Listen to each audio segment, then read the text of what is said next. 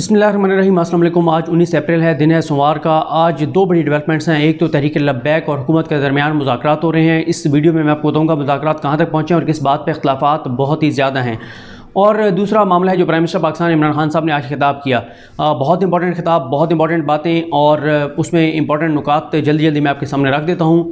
जैसा उन्होंने ख़ुद कहा कि पाकिस्तान में अगर कोई गुनहगार भी है तो भी वो मुसलमान नबी करीम सल्लल्लाहु अलैहि वसल्लम से मोहब्बत बहुत ज़्यादा करता है। और उन्होंने वाज़ेह तौर पर कहा कि तहरीक लब्बैक और मेरी हुकूमत का मकसद एक है, और वो मकसद यह है कि नबी करीम सल्लल्लाहु अलैहि वसल्लम की शान में गुस्ताखी नहीं होनी चाहिए और नबी करीम सल्लल्लाहु अलैहि वसल्लम की शान में गुस्ताखी करने वालों का बाइकआउट करना चाहिए। लेकिन उन्होंने कहा कि जो कहा जा रहा है कि फ़्रांस का सफ़ीर वापस भेज दें, इस पर मैं आता हूँ। जो उन्होंने कहा कि कब फ़ायदा होगा सफ़ीर निकालने का, या किस तरह से मगरबी की दुनिया को, यूरोप को इस मामले से रोका जा सकता है नबी करीम सल्लल्लाहु अलैहि वसल्लम की शान में गुस्ताखी से। लेकिन इमरान खान साहब ने कहा कि अगर हम फ़्रांस का सफ़ीर वापस भेज भी देते हैं तो फिर कोई और मुल्क जो है वो इसी वजह से नबी करीम सल्लल्लाहु अलैहि वसल्लम की शान में गुस्ताखी करेगा, क्योंकि वो ये कहते हैं कि नबी करीम सल्लल्लाहु अलैहि वसल्लम की शान पर बात करना या उनके खाके शाया करना, उनके कार्टून शाया करना, ये आज़ादी इज़हार राय है। और जब बाकी मुल्क देखेंगे जो कि इस्लाम मुखालिफ हैं और जो कि समझते हैं कि ये आज़ादी इज़हार राय है, तो वो भी फिर यही करेंगे, कहेंगे ठीक है उसका सफ़ीर निकाला, हम भी कर रहे हैं, फिर हमारा भी सफ़ीर निकालो। तो आप कितने सफ़ीर जो है वो निकालेंगे। और इमरान खान साहब ने बहुत इंपॉर्टेंट बात की कि 50 इस्लामी मुल्क, 50 से ज़्यादा इस्लामी मुल्क हैं, लेकिन कोई एक मुल्क भी ऐसा नहीं है इस्लामी मुल्क जिसने फ़्रांस के सफ़ीर को निकाला हो। तो वो कहते हैं कि अगर हम फ़्रांस के सफ़ीर को निकाल भी देते हैं तो फ़्रांस को कोई फ़र्क नहीं पड़ने वाला। यहाँ पर मैं थोड़ा सा अपनी आपको एक राय दे दूँ, और वो ये है कि मैं अभी 2 रोज़ पहले कहीं बैठा था तो वहाँ पर ये बात हो रही थी, बहुत जज्बाती बातें हो रही थी कि हमें सफ़ीर निकाल देना चाहिए, हमें ये कर देना चाहिए, हमें वो कर देना चाहिए। तो मैंने उन्हें ये कहा कि सिर्फ चीनी की कीमत ज़्यादा हुई है, और चीनी की कीमत ज़्यादा हुई, और जो बहुत ज़्यादा मीडिया पे बात होती है, और लोग जो है चीनी और बाकी चीज़ों की भी ज़ाहिर कीमत ज़्यादा हुई, लेकिन सिर्फ चीनी की कीमत को अगर आप देख लें तो एक पूरे मुल्क के अंदर, एक हुकूमत के अंदर इतना दबाव है कि चीनी की कीमत ज़्यादा हो गई है, चीज़ें महंगी हो गई हैं। तो मैंने कहा अगर आप फ़्रांस के सफ़ीर को निकाल देते हैं, और फ़्रांस 3-4 काम करता है। पहले फ़्रांस आपको FATF में ब्लैक लिस्ट करवा देता है, और उसमें आपके लिए मसाइल पैदा होते हैं, आपके बैंकिंग चैनल्स के लिए मसाइल पैदा होते हैं, आपकी करेंसी वीक हो जाती है, डॉलर 200-250 तक चला जाता है। फ़्रांस कहता है कि हमने जो कर्ज़ा लिया हुआ है, बताया जाता है कि उसमें 15% कर्ज़ा जो है वो सिर्फ जो है वो फ़्रांस का है, या बहरहाल वो बड़ी उसकी तादाद है, फिगर है। फ़्रांस कहता है जी फ़ौरन मेरा कर्ज़ा वापस करें। कहाँ से आप वो वापस करेंगे? पाबंदियाँ आप पे लग जाती हैं, आपके एक्सपोर्ट, जैसे इमरान खान साहब ने कहा, एक्सपोर्ट्स कम हो जाएंगी, मसाइल पैदा हो जाएंगे। तो क्या फिर कौम तैयार है? सारी कौम इस मामले के लिए तैयार है? सारी कौम एक पेज पर है? सारी कौम का यही जज्बा है कि हम चीज़ें 10% महंगी होती हैं हो जाएं, लेकिन इसके फ़्रांस के सफ़ीर को निकाल दें? ऐसा नहीं है। हम बदकिस्मती से एक कौम नहीं है, जज्बात में बातें करते हैं, लेकिन हकीकत में आप देखें ना, जैसे वो चल रहा है कि दुकानदार जो हमारे भाई हैं उन्होंने नबी करीम सल्लल्लाहु अलैहि वसल्लम की शान के मामले पर दुकानें तो बंद कर दी हैं, लेकिन नबी करीम सल्लल्लाहु अलैहि वसल्लम के जो अहकामात हैं, जो अल्लाह के अहकामात हैं कि झूठ ना बोलो और कम ना तोलो, और चीज़ें जो है वो झूठ बोल कर महंगी ना दो, ये सारे इस तरह के, क्या वो जो इस्लाम के अहकाम तिजारत हैं, क्या उस पर हमारे ताजिर भाई पूरे उतर रहे हैं? तो सबको अपने गिरबान में झांकना चाहिए। तो फिर इमरान खान साहब ने कहा, और फिर एक और चीज़ भी यहाँ पर देखनी होगी, आप खुद ज़रा चेक करके और मुझे बेशक बता दीजिएगा, मैं अभी फ़ौरन इसको चेक नहीं कर सका, अभी मेरे जहन में आ रहा है कि ज़रा चेक करें कि यूरोपियन ममालिक में, यूरोप में कितने मुसलमान वहाँ पर बसते हैं और कितने पाकिस्तानी वहाँ पर बसते हैं। फ़्रांस के अंदर कितने मुसलमान हैं, कितने पाकिस्तानी हैं। तो ये वो तमाम चीज़ें होती हैं।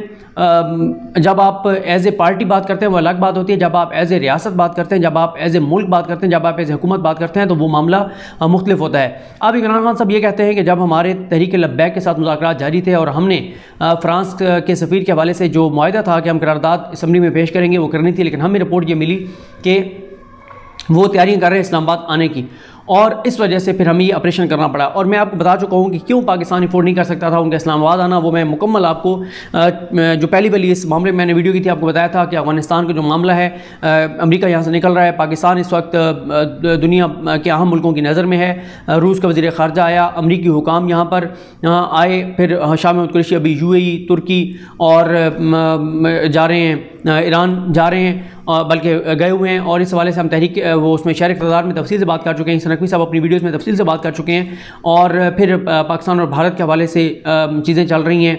और फिर अभी शाह महमूद कुरैशी जर्मनी गए थे।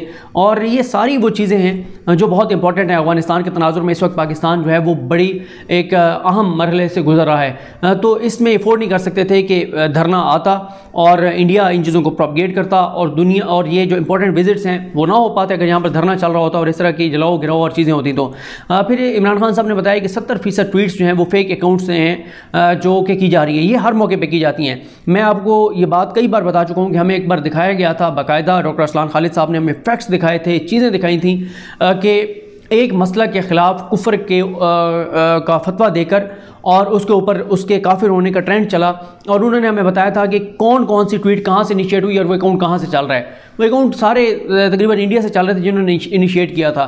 फिर उन्होंने इमरान खान साहब ने ये भी दुरुस्त कहा कि इसमें फजल रहमान साहब भी कूद पड़े हैं। नवाज शरीफ उन्होंने कहा कि जब सलमान रुश्दी ने किताब लिखी थी, दुनिया भर में मुसलमानों ने एहतजाज किया था, तो आप वज़ीर आज़म थे, आपने कितने बयान दिए थे। ये इमरान खान ने नवाज शरीफ से पूछा है और कहा है कि जो इंतशार के लिए अब नून लीग भी इसमें आ गई है। लेकिन नून लीग पे मैं बात करूँगा, नून लीग का मामला कुछ और चल रहा है। इसके बाद इमरान खान साहब ने कहा कि अगर हम पाकिस्तान के अंदर एहतजाज करते हैं तो उससे पाकिस्तान को नुकसान होगा और साथ ही आगे उन्होंने लाएमल अपना देना शुरू किया और उन्होंने कहा कि जब तक सब मुसलमान मुल्क मुतहद नहीं होंगे उस वक्त तक हम मौसर अंदाज से ये चीज़ें आगे नहीं बढ़ा सकते। अपने तौर पर उन्होंने सारा बताया, ज़बरदस्त उन्होंने जो इक़दाम किए, किस किस आलमी फोरम के ऊपर उन्होंने आवाज़ उठाई। इसमें कोई दूसरी राय नहीं, इस पर किसी को इख्लाफ नहीं कि इमरान खान साहब ने आवाज़ उठाई। और इमरान खान साहब ने फिर बताया फेसबुक के CEO को ख़त लिखा, मुस्लिम ममालिक के सरबराहान को ख़त लिखा, फिर उन्होंने कहा कि सब या तो बाइकआउट करें, सब ये सारी चीज़ें करें। तो ये सारे मामला इमरान खान साहब ने बताए। अब हम आते हैं कि मुज़ाकरात कहाँ तक पहुँचे। मुज़ाकरात में मसला ये है, मुज़ाकरात जो हो रहे हैं उसमें हुकूमत बहुत कमज़ोर विकेट के ऊपर खड़ी है और हुकूमत ने दावे बड़े बड़े किए, पाबंदी भी लगा दी, सख्त बयानात भी दे दिए, कोई बात नहीं होगी, कोई मुज़ाकरात नहीं होंगे, ऑपरेशन भी सख्त कर दिए, बंदे भी बहुत से उठा लिए, बंदे गिरफ्तार भी बहुत ज़्यादा कर लिए, इसदाद दहशतगर्दी के कानून के तहत पाबंदी भी लगा दी, सब कुछ कर दिया। लेकिन मसला उसमें यह आ गया, वही लाहौर का वो वाक़या जिस वाक़े ने पूरी हुकूमत को जो है वो और पूरी रियासत को आप ऐसे समझें कि जो है वो इतना कमज़ोर सूरत हाल का शिकार कर दिया, इतनी कमज़ोर पोजीशन में ला खड़ा किया कि अब रियासत और हुकूमत के लिए बहुत बड़ा चैलेंज है, बहुत बड़ी मुश्किल है। और अब हुकूमत कमज़ोर विकेट पर है, जो तहरीक लब्बैक है वो मजबूत विकेट के ऊपर है। लेकिन अब वो जो मुतालबात कर रहे हैं 5 चीज़ों के ऊपर बहुत ज़्यादा इख्तिलाफ़ात हैं। सबसे पहले तो ये है कि वो ये कहते हैं कि हुकूमत ये इसके ऊपर FIR करे जो लाहौर में जो कुछ हुआ और इसमें फ़ौरी तौर पे वो पुलिस वाले गिरफ़्तार किए जाएं जो फायरिंग करने वाले थे। अब मसला ये है, हुकूमत पहले ही पुलिस का हुकूमत पे दबाव था कि इस बार अगर आपने इनको रियायत दी तो बस आइंदा हम आपका हुक्म नहीं मानेंगे। पहले कौन सा पुलिस कोई ज़्यादा इमरान खान के बीएन के मुताबिक काम कर रही है, लेकिन और ज़्यादा मसाइल हो जाएंगे। तो वो ये कहते हैं कि FIR करें पुलिस के उन लोगों के ऊपर, जुडिशल इंक्वायरी भी कराएं। वो तो बहुत ज़्यादा खैर कह रहे हैं कि शेख रशीद भी मुस्ताफ़ी हो, उस्मान बुज़दार भी मुस्ताफ़ी हो, जो अहकामात देने वाले हैं वो भी मुस्ताफ़ी हों। लेकिन मेन जो उनका है, बाकी चीज़ों के ऊपर तो नेगोशिएट हो सकता है, वो पीछे हट सकते हैं। लेकिन वो ये कहते हैं कि FIR लाजमी दी जाए लाहौर में जो वाक़या हुआ और दहशतगर्दी की दफ़ात के तहत जो है वो पुलिस के ऊपर FIR दी जाए। ये उसी तरह का एक मुतालबा है जो मुतालबा जो है वो डॉक्टर अल-कादरी ने साना माल्टन की बात किया था। लेकिन उनका तो क्योंकि वो था कि उस वक्त की हुकूमत और वज़ीर आला पंजाब, वज़ीर आज़म और वो सारे उनके हवाले से FIR में बहुत ज़्यादा नाम थे। लेकिन ये कहते हैं कि मेन जो है पुलिस से तो ये पीछे हटने को तैयार नहीं है कि पुलिस के ऊपर FIR दें। अच्छा, यहाँ पर मैं आपको ये भी बता दूँ कि जो वहाँ पर मुज़ाकरात करने वाली टीम है उसमें से जो एक फ़र्द थे, उन्होंने ये बताया है कि हुकूमत ये चाह रही है कि आप इस मौके के ऊपर ये चीज़ें ना करें, मतलब आप इनाउंस हमसे ना करवाएं ये सारी चीज़ें, लेकिन आपके मुतालबात जो जायज़ मुतालबात हैं वो पूरे किए जाएंगे। जो ज़्यादती हुई है जिन्होंने की है इसकी इंक्वायरी होनी चाहिए और जो अगर किसी ने गलत किया है तो उसको सज़ा ज़रूर मिलनी चाहिए। दूसरा वो कहते हैं कि तहरीक लब्बैक पर जो पाबंदी का फ़ैसला जारी किया गया है, हुकूमत उस फ़ैसले को वापस ले, उस फ़ैसले को ख़त्म करे। तीसरा वो कहते हैं कि उनके कारकुनान के ऊपर, उनके रहनुमाओं के ऊपर जितनी FIRs हैं और जितने लोग गिरफ़्तार हैं वो सब जो हैं उनको जो है वो फ़ौरी तौर पर FIRs ख़त्म करके और रिहा कर दिया जाए। और साथ ही वो कहते हैं कि जो इनका मायदा था, ओरिजिनल मायदा था कि हम जो है वो करारदाद पेश करेंगे असम्बली के अंदर, वो करारदाद जो है वो पेश की जाए। करारदाद के ऊपर भी हुकूमत किसी हद तक एग्री करने को तैयार है कि हम करारदाद पेश कर देंगे। और FIRs के ऊपर भी हुकूमत का ये है कि चलें हम FIR जो हैं वो कर लेते हैं, जो गलत है उनको हम ख़त्म कर देते हैं। जिन्होंने किया है वो अदालतों में मामला जाएगा, उसके ऊपर भी हुकूमत है सही एग्री, लेकिन उस तरह से नहीं है, लेकिन थोड़ा इख्तलाफ है। लेकिन ज़्यादा जो इख्तलाफ है वो दो चीज़ों के ऊपर है, एक पुलिस के ऊपर FIR और एक तहरीक लब्बैक पर जो पाबंदी है उसको वापस लेना।